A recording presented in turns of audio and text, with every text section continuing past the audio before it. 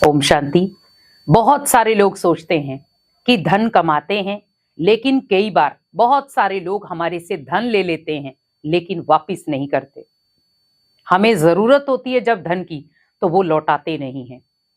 कई बार हमने उनको मुसीबत के समय धन दिया पर उन्होंने हमारा वापस नहीं किया। बहुत सारे लोग परेशान हो जाते हैं, नेगेटिविटी के शिकार हो जाते हैं कि हमने उसको धन दिया पर आज तो वो फोन भी नहीं उठाता हमारा। हमने उसको धन दिया पर वो हमारे से ढंग से बात भी नहीं करता। और वो अगर मान लो सपोज मैंने उसको उस समय धन दिया जब वो क्रिटिकल पोजीशन में था और आज वो मुझे बहाने लगा रहा है। तो आप एक चीज याद रखें, पहले तो आप किसी के साथ धन की लेन देन कर रहे हैं तो एक चीज हमेशा ध्यान रखें, आप ट्रस्ट वाले व्यक्ति के साथ ही धन की लेन देन करें, जिनके साथ आपका कोई ना कोई कनेक्शन है। मान लो कोई भी बाहर से उठ के आ गया और आपको कहे कि मुझे इतना धन चाहिए और आपने दे दिया, फिर वो व्यक्ति गायब भी हो जाए। ये बहुत सारे केस हो चुके हैं और बहुत सारे लोग टेंशन के कारण अपनी जानें भी गंवा चुके हैं, कर्जे में आ जाते हैं क्योंकि उस समय उसने उन लोगों को दिया लेकिन वापस किसी ने लौटा कर नहीं दिया। आज देखो दुकानदार भी है, अगर आप दुकान पर जाते हैं तो क्या कहता है कि आप डायरेक्ट कैश दो, लेकिन अब बकाया किसी का नहीं रखेंगे।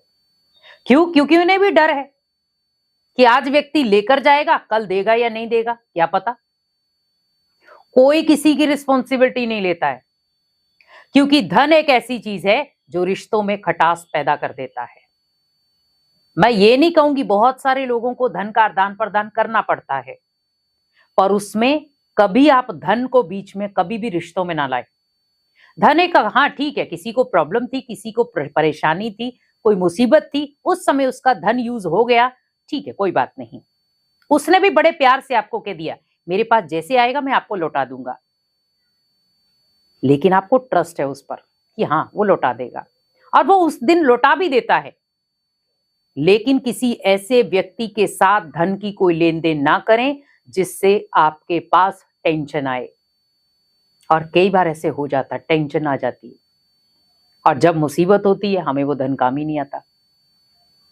मान लो सपोज आपने किसी को धन दिया है, आपका कोई फैमिली मेंबर हॉस्पिटल में एडमिट है, आपको धन चाहिए पर किसी ने दिया ही नहीं। जिसको आपने धन दिया था समय रहते वो बहाने लगाकर कहीं दूर भाग गया, फोन ही नहीं उठा रहा, तो आपका हलचल कैसी होगी माइंड में? बहुत नेगेटिव। आपको खुद को कोसने का दिल करेगा, मैंने ऐसे किया ही क्यों, मैं अगर ऐसा ना करता तो शायद बच जाता।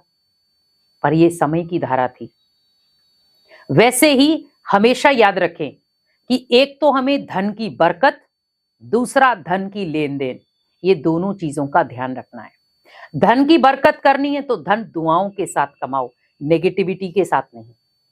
किसी को दुख देकर के कमाया हुआ धन दुख में ही जाएगा, किसी को पीड़ा देकर कमाया हुआ धन पीड़ा में ही जाएगा, और किसी को चोट पहुंचाया हुआ धन चोट में ही जाएगा। हाँ, आप मेहनत से धन कमा रहे हैं तो वो आपका व्यर्थ कभी नहीं जाएगा। हमेशा आप एक चीज ध्यान रखें, अगर आप धन को मेहनत के साथ कमा रहे हैं, भले वो थोड़ा ही है पर उसमें बरकत बहुत होगी। पर उस धन में बरकत भी तब होगी जब उसे आप खुशी से अपने घर में लाएंगे। कई बार क्या होता है, तनख्वाह मिलती है और हम इतने सैड रहते हैं। नहीं, आपको जैसे तनख्वाह मिली आप सोचो सबसे पहली जो तनख्वाह का हिस्सा है वो मुझे भगवान के लिए निकालना है, और जैसे आपने भगवान के लिए निकाला बाकी जो बचा हुआ हिस्सा है कभी भी आपका नकारात्मक चीजों में नहीं जाएगा, ये गारंटी है। हॉस्पिटल, कोर्ट कचहरी, इन चीजों में जाएगा ही नहीं। क्यों जाता है? क्योंकि हम भगवान के लिए निकालते नहीं। आज लोगों की मेंटेलिटी क्या बन गई, पहले दूध का बिल, बिजली का बिल, उसका बिल, उसका बिल। लेकिन हम भगवान के बच्चे हैं, कुछ फर्ज मेरा भगवान के प्रति भी है तो मुझे उसे भी देना है, भले थोड़ा ही दूं। भगवान करोड़ों नहीं कह रहा आपको, पर हम अपनी कमाई का, जैसे नॉर्मली दुनिया कहती है कि 10वां हिस्सा भगवान के अर्थ निकालना चाहिए। चलो अगर आप भगवान को 10वां हिस्सा भी नहीं दे सकते, कम से कम कमाई का एक हिस्सा तो दे ही सकते हैं। अगर आप सोचो आपकी कमाई का 90वां हिस्सा, 90 हिस्से आपके बीमारी में चले जाते तो भी तो आप लगाओगे। अगर आप वो 10वां हिस्सा भगवान के अर्थ ही लगा दिया तो 90वां हिस्सा आपका बड़े आराम से चलेगा, तो धन में बरकत आ जाएगी। तो अगर आप सपोज आप कहीं नहीं जाते, आपके घर में ही है, तो घर में आप जहां पर आपका मंदिर है वहां पर एक छोटी सी गोलक लगा दें, उसमें डालते रहे। तो क्या होगा, फिर जब आप कभी आध्यात्मिक स्थल पर गए, उस गोलक को उठा के ले जाओ, तो कितनी अंदर से खुशी होगी आपको। जैसे छोटे छोटे बच्चे होते थे ना, पहले माता पिता 5 रुपए 10 रुपए 1 रुपया देते थे, तो अपनी गोलक में डालते थे वो, और कई बार वो ऐसे ही मांग लेते थे, मम्मी 10 रुपए दो मेरे को, मम्मी 5 रुपए मेरे को दो। तो क्या करते थे, गुल्लक में डालते रहते थे, और जब मान लो सपोज उन्हें कोई चीज लेनी होती थी, गुल्लक को तोड़ते थे और इतने पैसे निकलते थे, कितनी खुशी होती थी बच्चों को। वैसे ही सोचो कि हमें भी अपनी तिजोरी को थोड़ा थोड़ा भरना है। हम भगवान के अर्थ जब लगाते हैं तो भगवान नहीं लेता है, वो हमारे ही काउंट में आता है, हम ही उसे लेते हैं, क्योंकि प्राप्ति तो मेरे पास ही लौट कर आएगी। मान लो आपने बैंक में कोई बैलेंस रखा है, बैंक बैलेंस आपने भरपूर रखा है, तो किसका है वो? आप ये थोड़ी कहेंगे बैंक वालों का है, किसका है वो? आपका है। आपको जब जरूरत पड़ेगी आप ले लेंगे। अब वो जो आपने भगवान के अर्थ धन लगाया, वो कब मिलेगा आपको?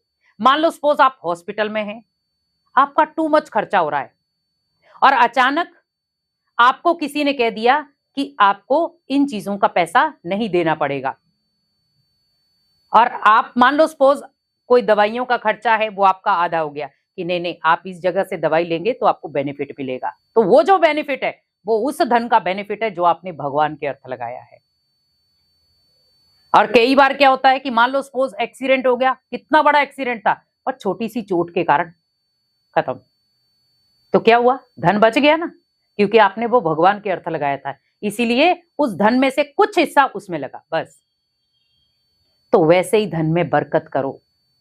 दूसरा, धन के साथ किसी की लेन देन हो तो विश्वास पात्र के साथ करो, अगर करनी है आपको तो, क्योंकि अगर विश्वास पात्र के साथ अगर आपकी धन की लेन देन नहीं होगी तो कहीं ना कहीं आप टेंशन में आएंगे। इसलिए कोशिश करो कि मुझे धन में बरकत करनी है तो दुआओं से कमाओ, और लेन देन करनी है तो विश्वास पात्र के साथ ही आपकी लेन देन हो। शांति।